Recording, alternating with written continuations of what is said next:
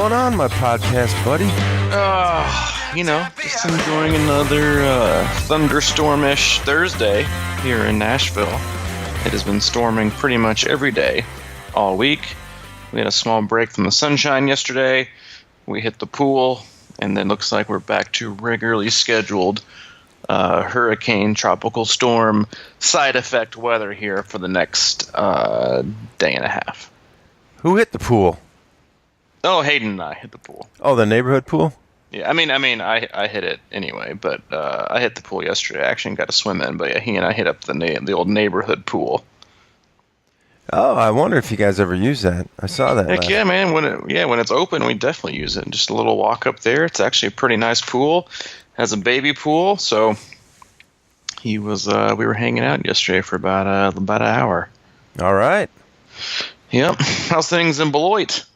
Beloit is cooking, man. It's cooking? Yeah, doing a lot of video shooting, hanging out at the hospital. Hope you don't get sick. I know. Well, I don't think I'll get sick. We're doing a video actually for babies. Oh. You getting baby fever? I'm getting baby fever, man. It's not too late, man. No, they had they're doing a video about they're launching like a whole new phase of development for the family care center, which is birthing units and all that business, which you know about. I don't. I was hanging out up there, and we were interviewing one woman, and they've done a lot of actually they've moved hospitals and they've done a lot of improvements over the years or whatever. In her office, they're like kind of like photo album looking things, but they're just journals kind of thing. Yeah. With every birth handwritten. Whoa. Since 1925 in my city. Like she's got like 50 books or something, and every birth, they painstakingly wrote every little detail about the birth in there. That is quality. That's pretty cool, man. And that is pretty cool stuff. I was like, all right, let's see about this. And we pulled out my year, and we went down the list, man. Sure enough, me and my mom are right in there. I figured as much. It's a good thing we didn't have like a Maury Povich moment. I know. I was like, well, I don't know. Maybe I better not do this and see what. See what. Just better believe in what I believe. Yeah, but they're going old school, man. They're just still writing them in there. It's like, what listen, man. There's a lot of value, I think, in keeping things simple, because you know what they're never going to have. They're never going to have internet go down. They're never going to have hacking. They're never going to have people try to get their files. They're just there, and I think there's a lot to. There's a lot to be said for that. Keeping things old school, keeping things minimal. And speaking of old school. Yesterday, late last night for me being like 8 p.m., it looks like one of our fellow athletes has issued a motivational challenge to one Mike Terali. I think it's a little bit more like has thrown down the gauntlet. I was trying to loft it up there, a little softball for you, but yeah, it's I would agree with you. Yeah, they posted right there. Yeah, so challenge has been posted. Challenge posted, not publicly. Quite accepted yet. No. So Mike is yet to commit to signing up for any other races the rest of this year. We all know that he will, but one of our athletes, Phil Jones, posted in our closed active athlete group for just our team, and here's what he had to say. Mike Terali, I'm thinking it's time for you to commit to another race this year. It appears that here's kind of a shot below the belt. It appears it appears that CC Corey Coggins has your number. That is low.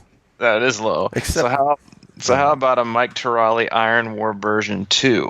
You and me at Ironman Chattanooga. We're in the same age group, and then he baits you. He baits nice here. Big time. You were 30 minutes faster than me at Ironman Louisville last year. And if you beat me, if I'll pay for your entry into Escape the Cape 2019 for a rematch. How about it? Hashtag Phil Jones Throwdown. I don't know, man. It's just he might have to sweeten the pie a little bit for me. Escape the Cape, nice race. I want to do it. I don't know. I'm not sure. Phil, if you're listening, I can appreciate throwing such a gauntlet down. I think generally it is your intentions were pure. But listen, man, if you're going to go all in, you're going to have to cover room and board and food. Escape the Cape. If we're really going to make this, if we're going to make sweeten the pie enough to get Mike into Ironman Chattanooga. But hey, just a thought, PJ. And you might have to put up with missing a few podcasts because I'll be training a lot. Right. You'll get a good idea of Phil's current shape and even maybe a face-to-face sales pitch at June camp. So I believe he's our June camper. Yes, he is June camp.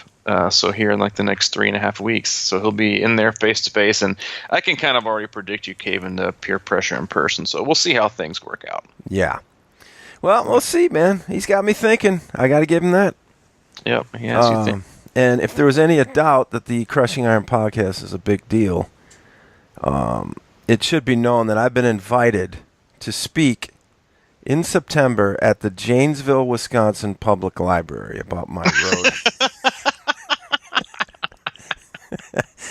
About my road to whatever it is I'm doing. Oh, man. Yeah. The successful road and entrepreneurial wealth that is our free-to-download, sponsor-free podcast delivered to you twice a week with a very dormant and non-active donate button.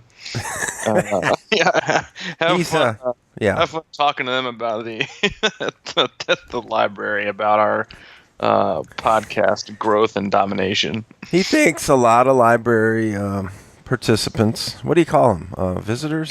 I have no idea. Would be interested in my story about how I started running when I was 48 and ended up quitting corporate America and going into Ironman a year later, and then whatever happened ever since then. Man. So, are there tickets to this? Can we put them on the website? No, but he says he thinks he can get me about $50. It's 500 miles one way. He thinks he can get you $50. Yeah. So I'm thinking about how can we parlay this into something big for the cast. Maybe get some emails. Get some emails. All right. Let's see what we can do. What's the date on this? Well, we're trying to work it in around Wisconsin, Ironman, Wisconsin. I got you.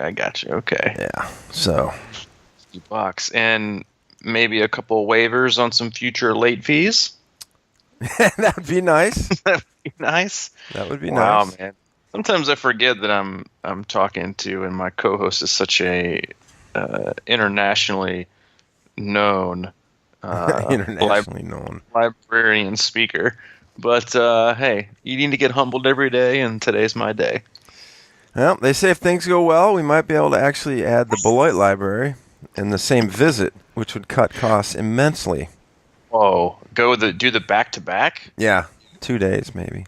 So can we just we'll say this and then we'll move on and get into what is actually the Crushing Iron Triathlon podcast. But technically, if you do double up, given your location, can we just call it a book tour? We can, but although he still has to check with his boss to see if we can sell books. Who's got a boss at the library? He does. Nobody. Listen, the only boss at the library is the librarian. Okay? That's everyone else. Yeah, don't tell me there's a boss at the library. Everything's going corporate, man. The archives administrator. Is that what they are? They got to figure out how they can scale it up. Oh my God. Derek Derek and his Dewey Decimal System. Yeah. Well, If they still use that or not. But anyway, I should mention that he's my cousin-in-law. So I don't. It's not like these are general public coming forward here. all right. Anyway, we didn't really need to divulge that. We can take the pluses where we get them. I know. But yeah, in case you didn't know, you know by now that A, Mike is famous, and B, this is in fact the Crushing Iron Triathlon podcast. We come to you every Monday and Thursday for free, sponsor-free, commercial-free, ad-free, and we've been doing it for it'll be 2 years this coming October, November. Wow, Sure. Which seems crazy, yeah. And upwards to close to 180 episodes in the archives. You can also, if you like, join our Facebook group. If you want to be part of the conversation at Crushing Iron Group, please do. As we're trying to get better at providing more content and blogs, like our Facebook page, Crushing Iron, and then you can also go to Instagram, C26 Triathlon, or you can find us on Twitter as well at Crushing Iron. And above all else, if you like what you're hearing and you don't mind Mike or I, you can head over to iTunes and make sure you subscribe, leave us a review, let us know what you're thinking, what your thoughts are, how good we're doing, how terrible we're doing. And then stop by crushingiron.com. And definitely stop by crushingiron.com, which I still think some people don't believe exists. And you can find, honestly, everything there is to know about what we do, the ins and outs of video content, the podcasts, camps, which we have swim camps and triathlon camps, coaching, training plans, our team, which Ironman was just kind enough to, because they're struggling so much, they just sent us a digital award for, yeah, they broke the bank on it, sending us the our Sunbelt Bakery Ironman 70.3 Chattanooga first place, Ironman Tri Club Podium Division 5 2018, with about a 10-worder thanking us for giving them, $40,000. And so you can find all the information there, also about swim analysis, gear, t-shirts, hats, visors, all the fun stuff. And then if you do feel so inclined and want to help promote our library book tour, you can always go and click on the pledge headline at the top and throw us a few coins for the podcast, because we do it for free. We love it. We'll always do it. But hey, every little bit helps. It takes about 4 to 5 hours a week for us. And so, hey, any little bit helps. So, show us a little love if you're feeling it. It's payday, baby. It's payday. Yep. And if you're looking for coaching, you can contact Coach Robbie, C26coach at gmail.com. I'm crushingiron@gmail.com if you feel like inquiring about me speaking at your local library. Going rate, $50. 50 and up. So now that we're here, kind of like in the middle of the season, I thought we could hop on a topic that actually I didn't really think would fold into the Phil Jones comment, but I think after everyone's somewhat first big race of the year, and I know big is a relative term. I'm not talking like big as in like it has to be a long distance race, but May and June is the A, we're kicking off the season. B, we've already had our first race of the season, and you all know what comes after the first race of the season. Everybody's making changes. Everybody's making the change. Everybody's making changes. I either want another crack at a 70.3, or I'm bored already, or I need to change things up, or I'm itching to get back. And I think it'd be a good day and a good topic to talk about how to navigate, because we all, January we have our season mapped out for the most part. Mm-hmm. Not all of us fly by the seat of our pants like you do, and most athletes generally have their season mapped out. But then they get a first race, and I think I've already had 3 athletes, 4 probably since Chattanooga, say, all right, I'm thinking about maybe add another 70.3 in there. they have that unfinished business feel. And listen, I can totally relate to that. Been there, done that. And I think one of the main reasons, especially if you did Chattanooga 70.3 or did another hot races, you spend these winter months in the fall and the winter and early spring, and you work your butt off, and you know the level of fitness you have, and you know what, if the conditions lay out and your legs show up on the perfect day, pretty close to what you're probably capable of. And then you get a day like we had at Chattanooga, which, was it like the hottest race in the world? Not even close. Was it quite warm compared to what most athletes had dealt with that earlier in the year? Absolutely. And so you have athletes that albeit had done very well in their respective races, kind of feel like they left a little bit on the table.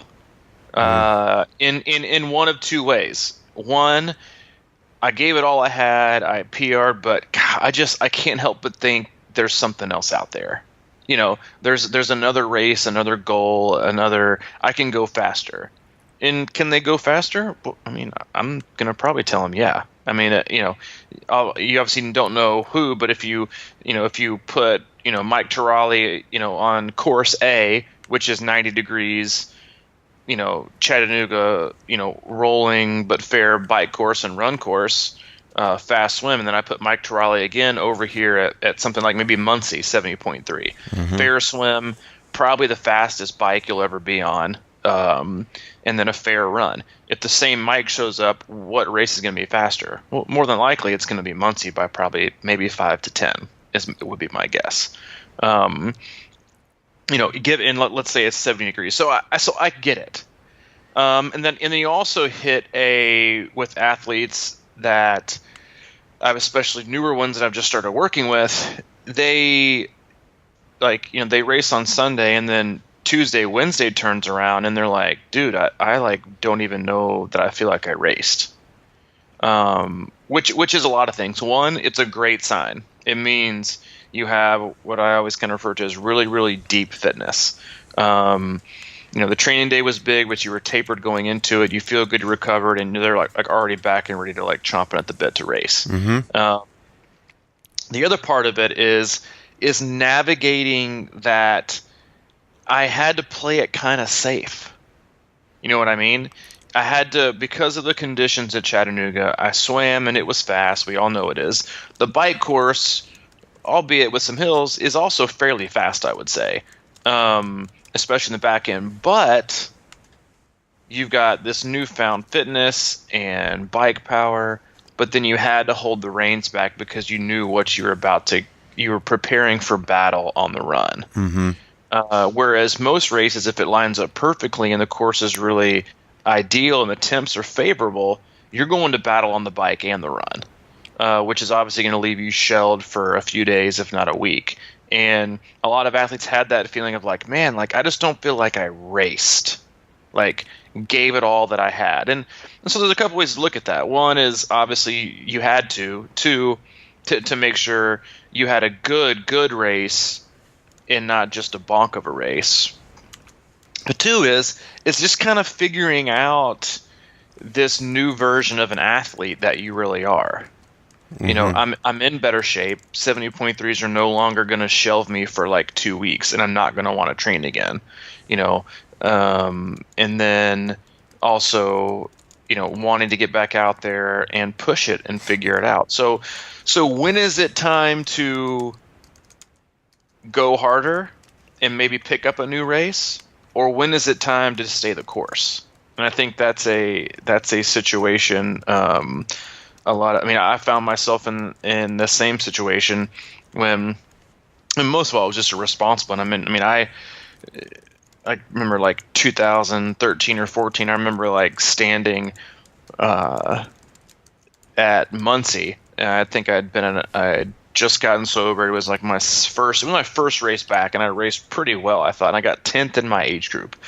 And I remember Allie and I were there, and I think you were there actually too. Yeah. But I remember sticking around really late. I think Joanne was with me too, and I stuck around till 5 o'clock, hoping and praying and thinking that I might just get a roll down at 10th. Not that I even had like any business qualifying for Worlds. I just wanted it, and I wanted it for, honestly, probably for validation and for confidence, and obviously a little bit of ego. Yeah. And at Chattanooga 70.3, I got a spot, and I didn't even think twice about declining it, which is just odd in and of itself. In the past, I would have been like, oh, let's just put it on the credit card and let's, this is my dream. This is my year. I finally made it after trying to qualify for 70.3 Worlds or Kona for like the last, 7 or 8 years legitimately. And I didn't even think twice about not going. Because I have other plans. B, it's just not what I have for the year. I mean, think about the deviation in what my year would be. Yeah. A huge, even just to go to South Africa. And listen, I'm not trying to put $6,000 on my credit card either.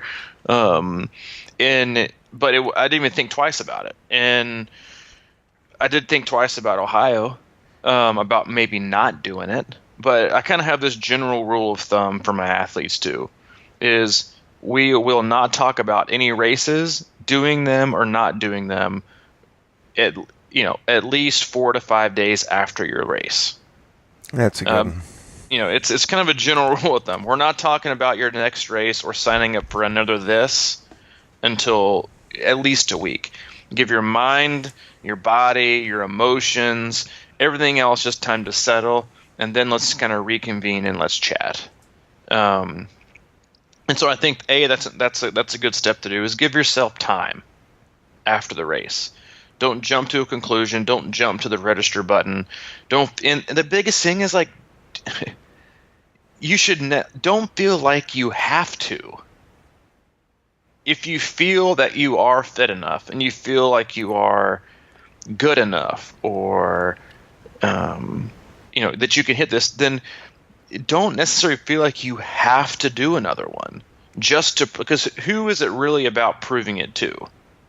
Because if you truly believe and you see that you are in that kind of shape, then you don't really need to prove it to anybody else. You already kind of know it. Yeah, I think it's easy to get done with a race like that, and if you feel good, it's hard to accept that sometimes. You know what I mean? It's almost like you've been through a lot of races, or I have anywhere, where I feel just absolutely mauled after I finish. And if you feel good and you feel like you can rebound right away, it's almost like I think a lot of us have a tendency to throw ourselves back in the fire to make sure that we can beat ourselves down in a way. Mm-hmm. And like what you're saying is, if you wait a week and you're like, okay, just accept that you're in a lot better shape, and you can build on that without going right back into a race and tearing it down and then getting yourself in another hole. Yep. And that's the patience piece, I think, with your scheduling, and what you talk about all the time is like, it's a long road, and what's wrong with feeling good after a race? Exactly. I mean, I think that's just the psychological barrier that we have to cross and say, wow, I just did this really hard thing, and I was up for it, and it didn't put me on a shelf for 2 weeks, and it didn't suck the energy out of my desire to keep doing these. That should be embraced.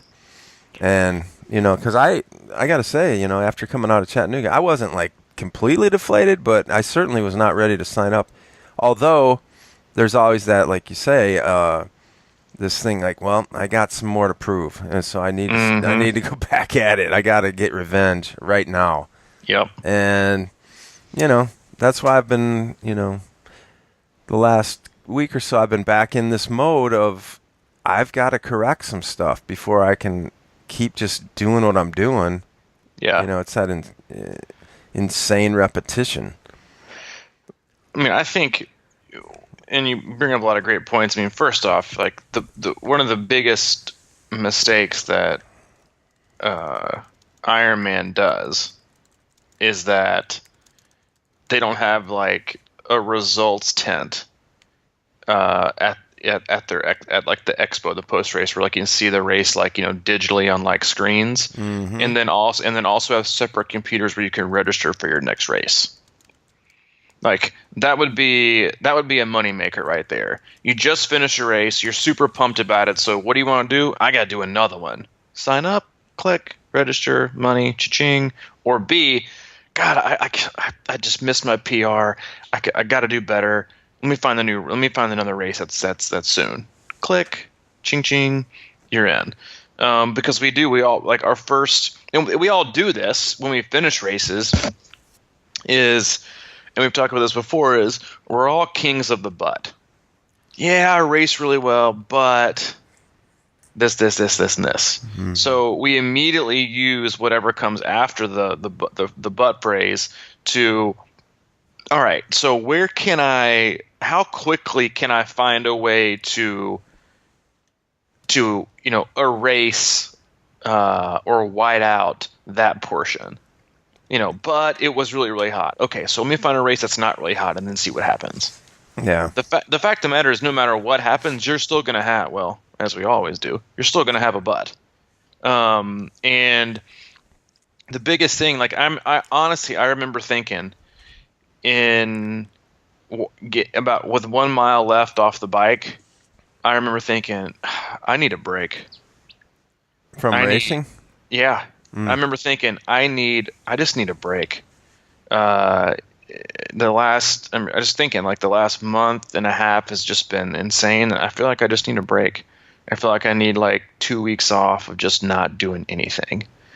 And I had the conversation in my mind, like as the last mile or two, I was kind of like cruising into transition, and then got in and ran, and still kind of felt like that a little bit. And then I think, I don't know when it all changed, but the thought definitely left.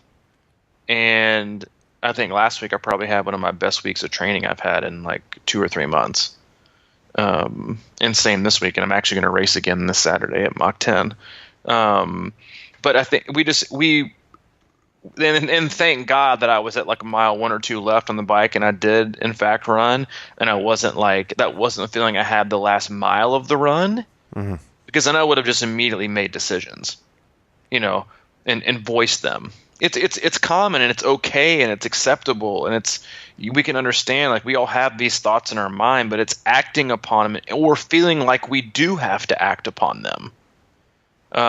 Is like one of the biggest parts of racing and training in life. Is these thoughts are fine, but it's how you act. It's how you act upon them, or even if you choose to act upon them. And I mean, I know for sure if that was my thought and feeling the last mile of the run, one of the first things I probably would have said to Allie was, "Yeah, I just need like 2 weeks off. I think I'm done."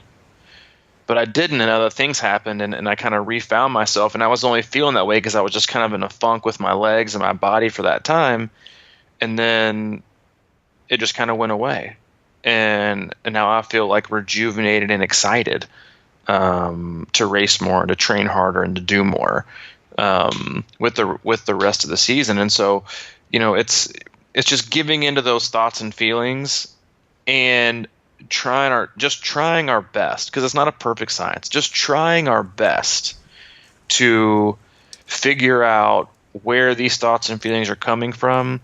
Is it our ego that's telling us to do them? Is it our true self that's telling us to do them? And are they rational, and do they make sense? Not just like make sense right now, because of course they make sense right now. Like when we panic and we have anxiety, that makes sense to us at the moment, but down the road, does it make sense? Probably not. And so it's weighing, is it good, is it bad, do you have to, I think just generally that feeling of I have to is always bad. You should just really, really want to, because if you don't really want to, you're going to start feeling, you're always going to find ways to like not do something or not work as hard, because feeling like it's a responsibility, feeling like training is a responsibility, feeling like racing is a responsibility, feeling like the sport is a responsibility. That is, I have to, is the worst place to be. I agree. Because then it becomes a chore. And I mean, I have an athlete right now, and she'll know exactly who I'm talking to. And about 3 weeks ago, she was like, "Hey, I think I just need a break for a little bit." She's been in the sport for 10 or 12 years, done it all from A to Z. And I said, "Okay, take whatever time you need." And she texted me a couple of days ago and was like, "All right, I'm ready to get back." and nothing happened. And she's like, "All right, can we talk?" And I was like, "Yeah." So we talked yesterday, and she's like, "I'm just not feeling it." I was like, "Who cares? Who cares? Yeah. Everybody needs a break at some point." And I said, "Listen, you've been doing this for like 10 or 12 years.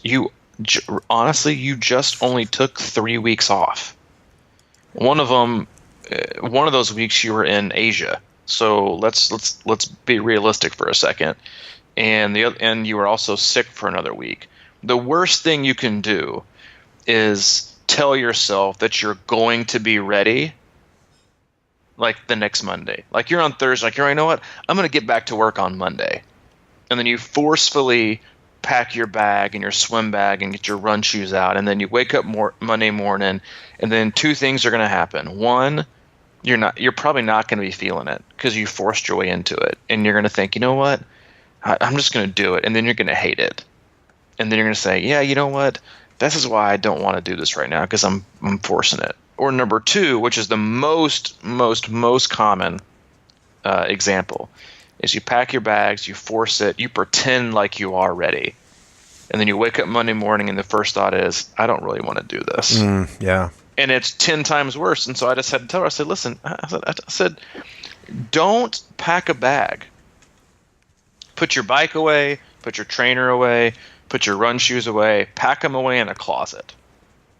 Don't even look at them. Relax, recover, enjoy." And one morning you're going to wake up and you're going to think, "I'm ready to go for a run." And that's the morning that you really want to be back because it just felt right. It doesn't need to be forced. And so the same thing can be applied when it comes to either deviating from your race calendar or sticking to it. Does it feel right? Does it truly feel right? Or does it feel like it's a have to? Mm-hmm. Whether it's I have to prove other people, wrong, or I've got to prove myself right, or whatever it is. It just needs to feel right, and it doesn't need to feel forced. And that's such a huge point. We always, because there's a nature in this sport and in life is for us to always kind of like look for that next high or something to jolt us up, and if that becomes a pattern in racing, mm-hmm. it's probably a recipe for disaster. And I think that's in some ways why I decided that I was just not going to race with a watch at Chattanooga, mm-hmm. is because I just didn't that time pressure and that goal and all these things and the thought about internal watts and what you can push, and that kind of gets to be a grind if you're not, especially if you're not feeling it, and that can really pile on layers of resentment and all kinds of stuff like that. So that's why I'm in that spot actually right now myself. I'm just sort of wanting that want back, that want to just kind of. I was doing that in training. I was enjoying riding a lot, mm-hmm. and I couldn't put all the pieces. And that's another thing that makes this sport difficult, right? Is it seems like we go through those phases. We've seen people come out of the gate in the year and say, "You know what? I'm just going to swim this year. I just really like it," mm-hmm. And then to try to balance running with cycling and swimming and eating well and resting well and all those things, just sort of, it's a delicate balance. And when it gets out of whack, you're probably right. It's best just to kind of step back and look at it and say, "Hey, what's going on here?" And just hope that your natural want and desire to do something starts sneaking back in, and just let it creep in instead of just all of a sudden going from 0 to 100. I mean, because every time. Exactly. And that's honestly oftentimes why Now, obviously, like given like their responsible decisions, is that's why so many athletes have some of their best races on really, really short notice. Like, you know what? There's a sprint this weekend. Is it okay if I sign up? Hell yeah, man, have at it.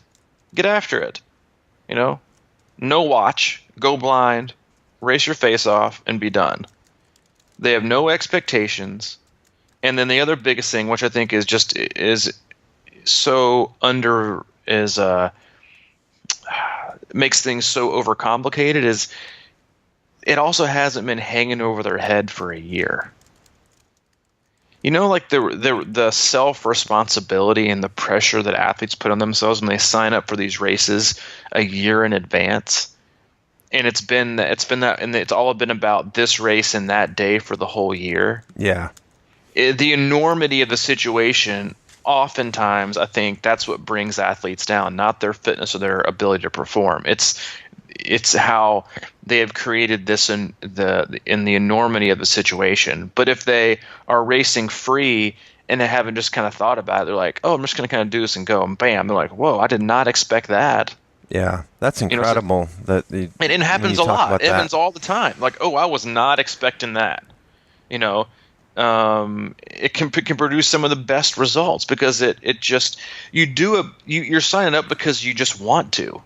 You know, because you like to race, you like to push yourself, you like to find things out, and then you want to have fun and you want to. Nobody 3 days before a race has ever come to me and been like, hey, you know, I've kind of, you know, training's been going okay. I haven't really looked at it, but I feel like I have to sign up for this race that's in 3 days.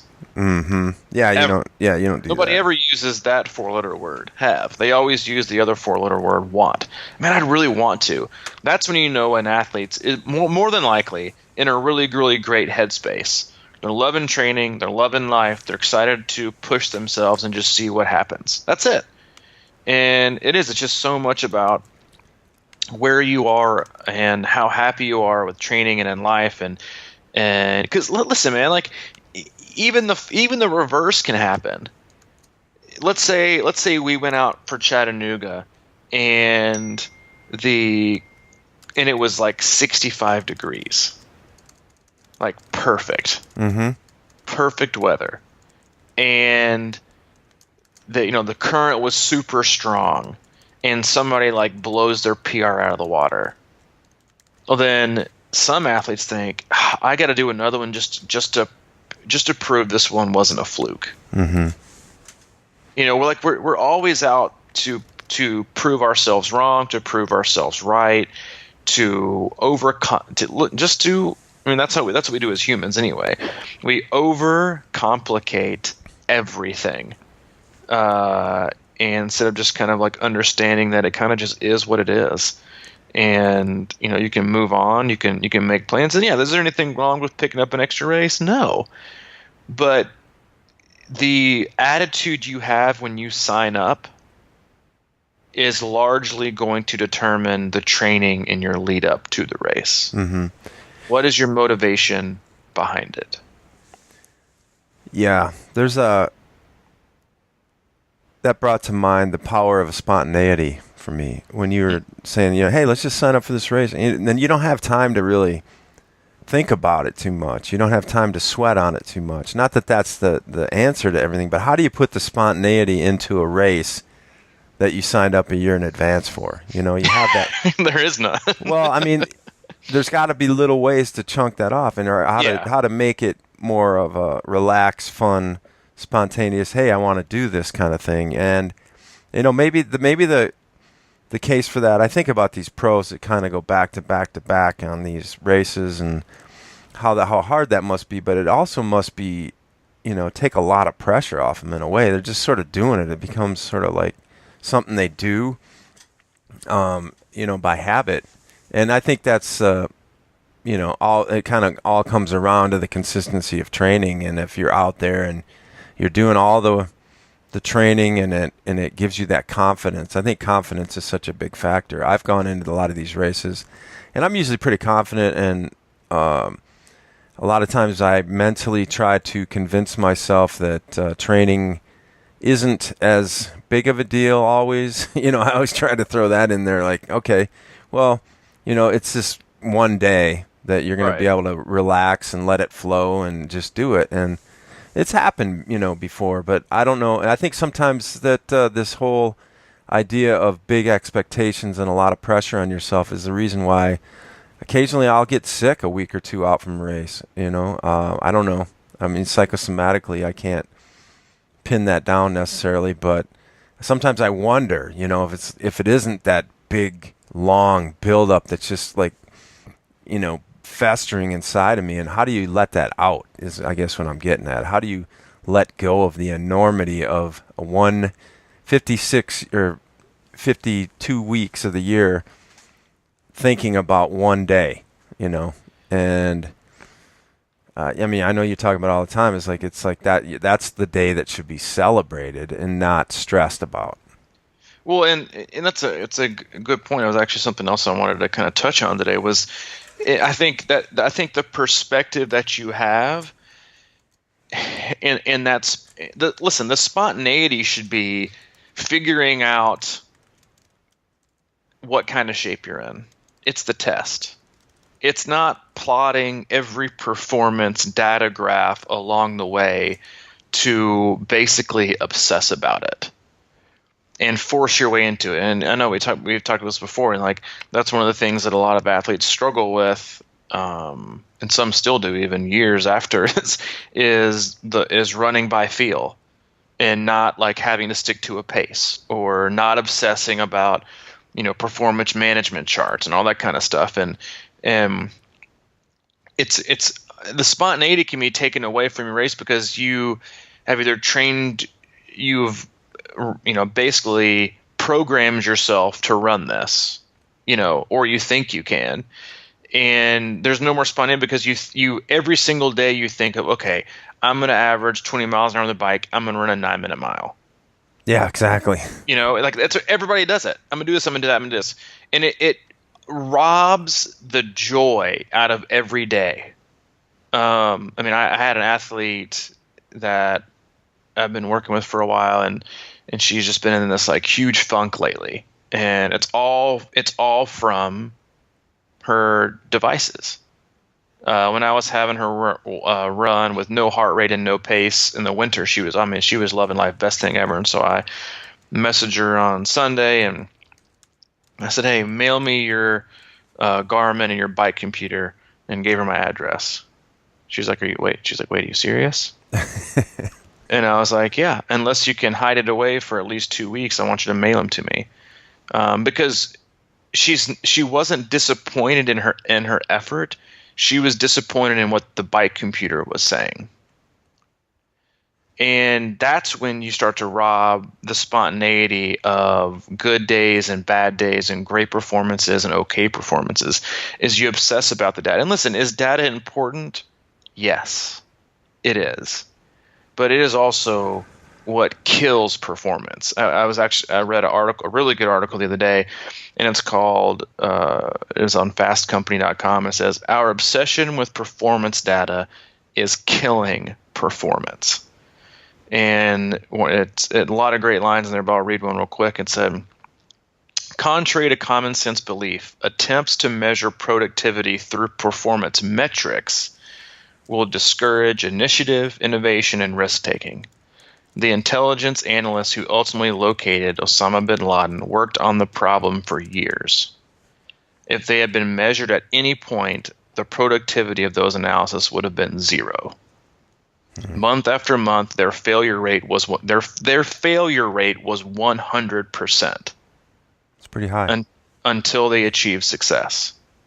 From the perspective of superiors, allowing the analyst to work on the project for years involved a high degree of risk. The investment in time might not pan out, yet really great achievements often depend on such risks. And that can also be said on, the same can be kind of put to your day-to-day training. Oh, well, today was a total bust. There's no way I can, and this was the comment that caught my eye from this athlete. Today's bike was terrible. I don't know how I'm ever going to be able to perform in 5 months Yeah, right. down the road because of one day, not even one day, one workout. Mm-hmm. When we constantly, obsessively, because let me be honest with you, 90% of athletes are just obsessed about measuring measurements for just the sake of doing it. They don't know how to apply it. They don't even know what it means. They just like to measure because that's who they are, and they think that's what makes people faster. Mm-hmm. First off, enjoy what you're doing.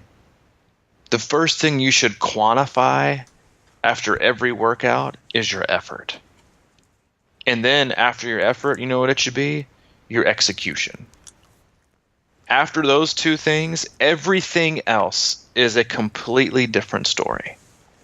Because there becomes a point to where if you pigeonhole athletes into certain paces and certain power, they have to hit these power. They have to hit these power things.